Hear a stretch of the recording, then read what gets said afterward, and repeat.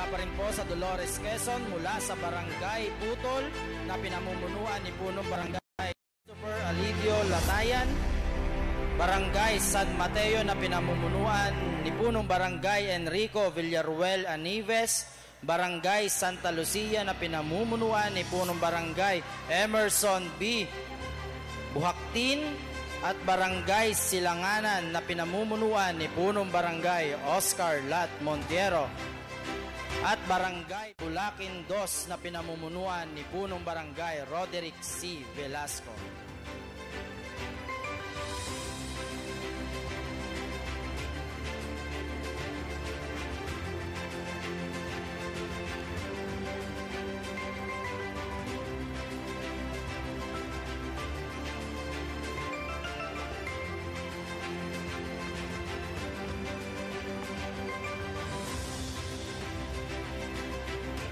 Congratulations po sa ating mga awardees mula sa Bayan ng Dolores. Ngayon naman po, tinatawag natin ang Cluster Head Enrico Damot